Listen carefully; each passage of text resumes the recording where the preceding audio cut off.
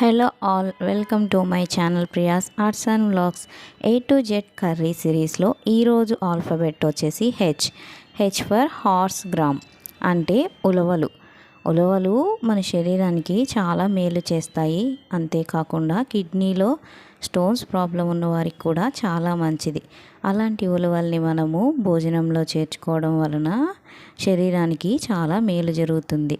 అయితే ఈ వీడియోలో నేను ఆ ఉలవలతో చారు చేసి చూపించబోతున్నాను.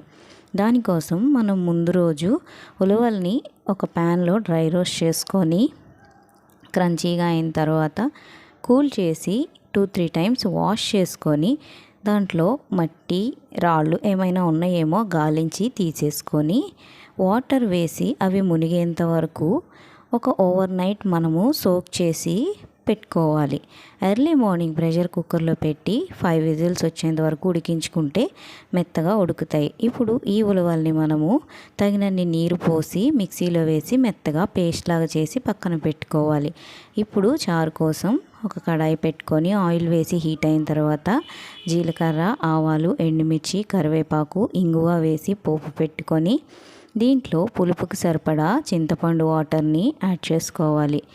ఇవన్నీ బాగా మరిగించుకోవాలి. వీటితో పాటుగా మనము ఉలవల్ని ఉడికించుకున్నప్పుడు వచ్చిన వాటర్ని కూడా దీంట్లోకి యాడ్ చేసుకొని పచ్చిమిర్చి ముక్కలు, పసుపు వేసి బాగా కలుపుకొని ఇవన్నీ 2-3 సార్లు బాగా మరిగేంత వరకు మరిగించుకుంటూ మధ్య మధ్యలో కలుపుకుంటూ ఉంటే పొంగకుండా ఉంటాయి.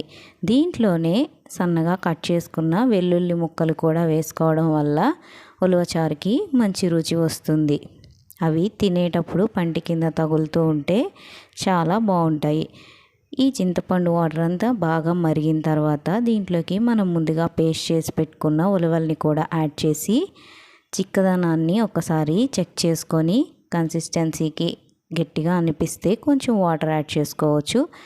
ఈ సమయంలోనే రుచికి సరిపడా ఉప్పు, రుచికి సరిపడా కారంని కూడా యాడ్ చేసి బాగా కలుపుకొని ఈ చారు అంతటిని మధ్య మధ్యలో కలుపుకుంటూ 2-3 సార్లు బాయిలింగ్ వచ్చేంత వరకు మనము వెయిట్ చేయాలి. ఇలా బాయిలింగ్ వచ్చింది అంటే మన ఉలవచారు ఆల్మోస్ట్ రెడీ అయిపోయినట్లే. ఫైనల్గా సన్నగా చాప్ చేసుకున్న కొత్తిమీరను వేసి గార్నిష్ చేసుకొని దించేసుకుంటే ఎంతో టేస్టీ అయిన ఉలవచారు రెడీ. ఇది రైస్లోకే కాదు, ఇడ్లీ, దోశలో కూడా సూపర్గా ఉంటుంది. ఈ వీడియో మీకు నచ్చితే లైక్ చేసి, షేర్ చేసి, సబ్స్క్రైబ్ చేసుకోవడం మర్చిపోకండి. Thank you.